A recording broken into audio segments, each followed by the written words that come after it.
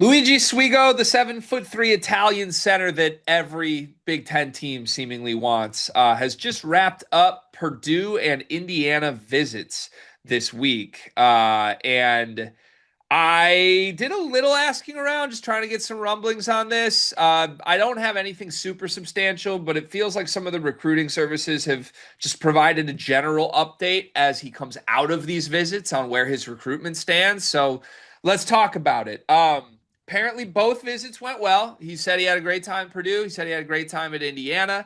If you are trying to play the semantics game here, as of the time of this recording on Friday morning, and both visits, I believe, have been completed, Luigi has posted pictures from his Purdue visit. He has not posted pictures from his Indiana visit. Not saying that matters, but that's just what happened. He wrapped up his Indiana visit and immediately posted pictures of the Purdue visit.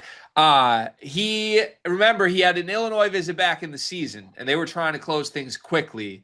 Now Indiana and Purdue have gotten involved. Apparently, reporters are reporting that Illinois is still very much in the mix here. So this is not a situation where like Illinois missed their shot and now it's Purdue and Indiana. At the bare minimum, Illinois feels that they are very much still in the mix for Luigi Swiggo and still prioritizing him. Just to add to this, we know he's visited Indiana and Purdue this week. We know that Illinois got his attention earlier this year. As we sit today, there are quite a few schools trying to get into the Luigi Swiggo sweepstakes. 24/7 Sports reports that Duke, Kansas, Kentucky, BYU, and Texas A&M are all working to get involved and potentially host Luigi on a visit. He recently had a Zoom call with Texas A&M. So if you are a Purdue or Indiana fan or even an Illinois fan, I think you would really greatly be hoping that you can expedite this decision process and keep it confined to three teams he's considering and make a decision quickly.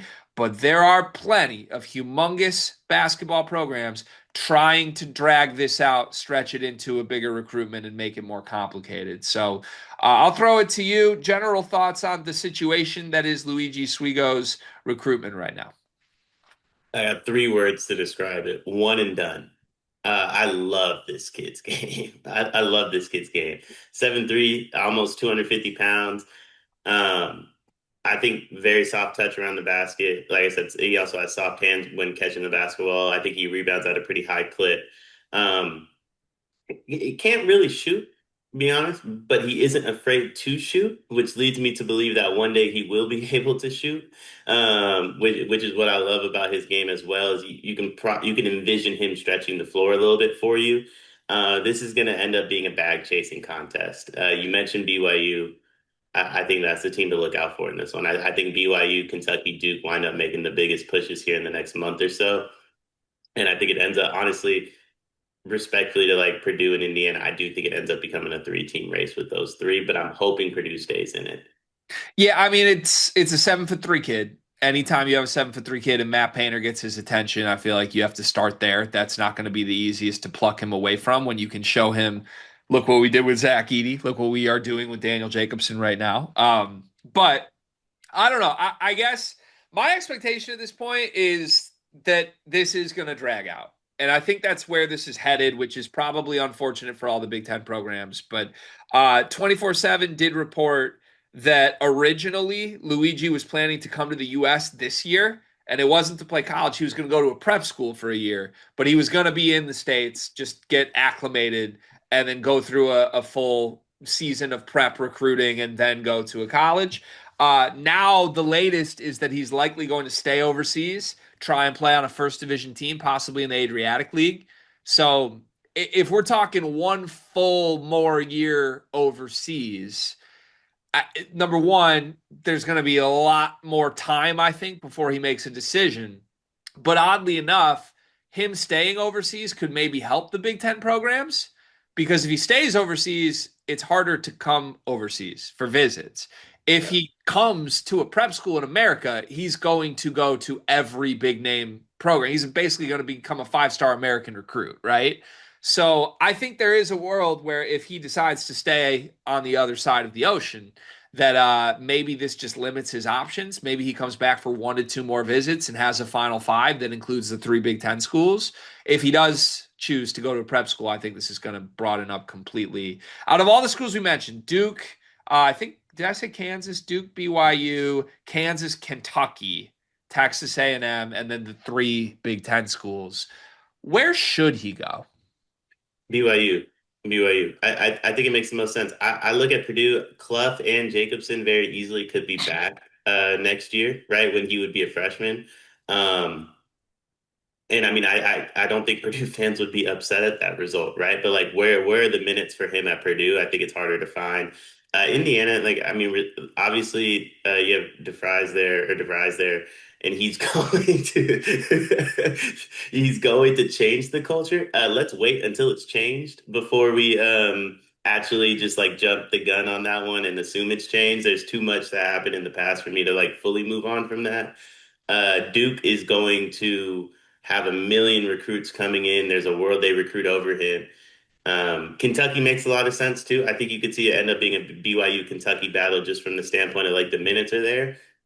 Kansas comes down to Floyd Badunga because if he returns for his junior year, there's no room for Luigi to play too.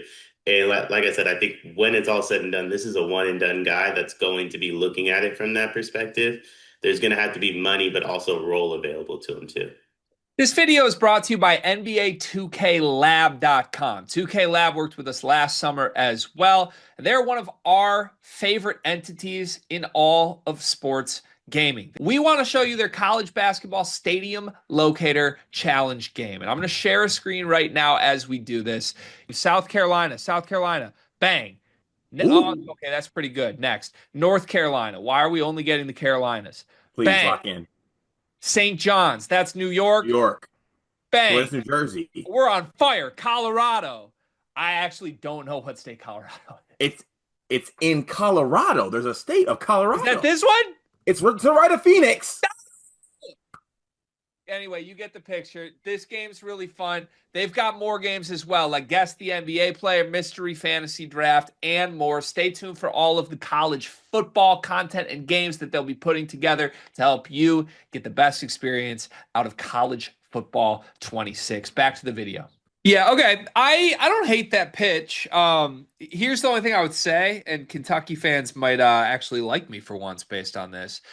I think Kentucky's the school he should go to here. If all of these become legitimate options. Now, if it's just the 3 right now, it's hard for me to say he should go anywhere other than Purdue with the way Matt Painter has just excelled with these type of archetype centers.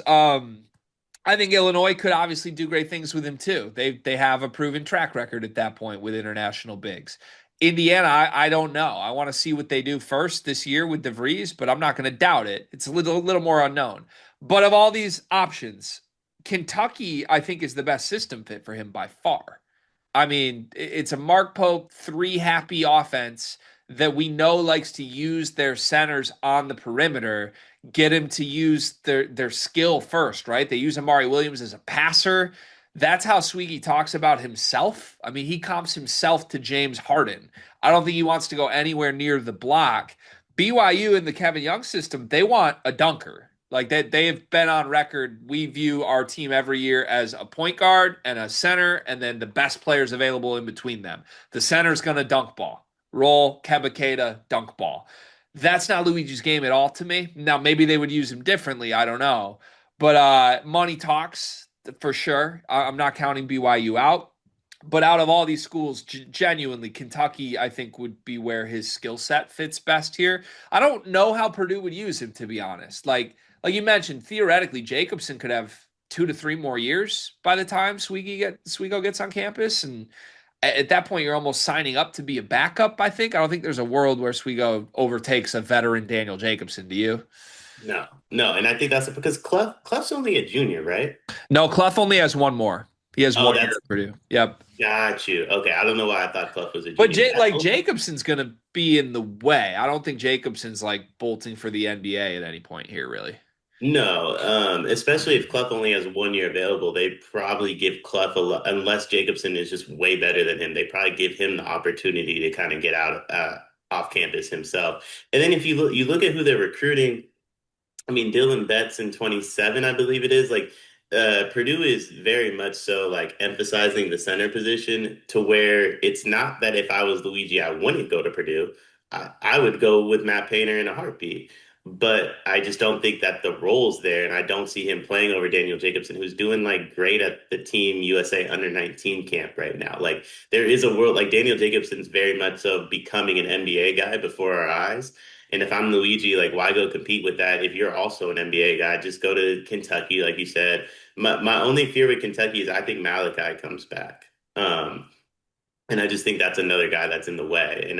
But Kentucky makes sense. And BYU makes some sense just from the opportunity perspective. I think Kansas could make sense from an opportunity perspective. Sneaky school, I think, gets involved, G. Michigan. Oh, just to be a thorn in everybody's side. They have the money. I think you can play him next to Merez because of the way he wants to play. And he could all and like you also could play him next to Ade Mara just because of how he wants to play.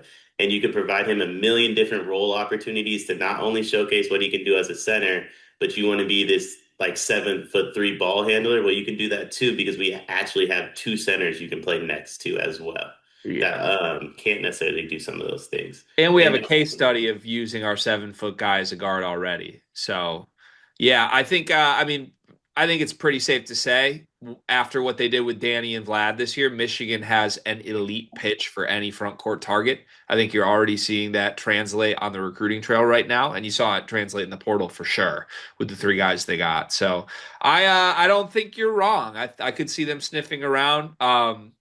If they do, I would be intrigued. I'm not the biggest Luigi Swiggo guy, to be honest. And I was going to cap this video with this. You really think like all these schools involved do you think the caliber player he is worth that? yeah, Because I do. you mentioned you don't think he can shoot. And this is a kid who self-describes himself as James Harden, and all he does is shoot. I also don't think Harden can shoot though. So like I think we're in the perfect I think mentally and everything we're in the perfect spot here. We're a little delusional, but we also have a crazy amount of game at the same time that like I mentioned this about Danny Wolf. I used and I don't say this because I think he's a once in a lifetime prospect, but I use the word to describe Danny Wolf as unicorn. Luigi Suigo is in that same mold. Is he Victor Wembanyama? No, he's not going to go number one. Does he have a lot of Victor Wembanyama skills? Yeah, he honestly does. And I think when we're talking about a guy who's 7'3" and can put the ball on the ground, right? Like I don't think there's anybody else in college basketball that can do that. I think there's maybe like less than 5 people in the world that can do that. Yeah. Yeah, I guess so. I guess. I will say this. If Michigan did get involved or wherever he goes, I think this kid is the leader in the clubhouse to drive me insane. I get it. He is worthy of basically any program in the country calling him because he's a 7'3" dude that can shoot and has all this upside. Based on the film I have seen, he would drive me insane. And Danny drove me insane last year. And Danny was really good. But I am not the biggest fan of 7'3" guys that shy away from contact and are finesse and want to be a 6 foot player. And Danny didn't really shy away. He was just kind of sloppy. But this kid is full blown finesse. And maybe that'll change when he gets stronger, gets older, gets more confident in his game. But there's an element of me that is a little surprised he's getting all of this attention from the biggest programs in the country. When it was like just Illinois trying to steal a kid and develop him, it made a little more sense to me. Purdue's calling a 7 footer. Okay, whatever. Indiana's calling because they want to annoy Purdue. Cool, whatever. Kentucky, BYU, Kansas get involved. I'm like, whoa. But I think that's where this is headed. So we'll see. We'll have more updates on the Luigi Swiggo sweepstakes as this continues.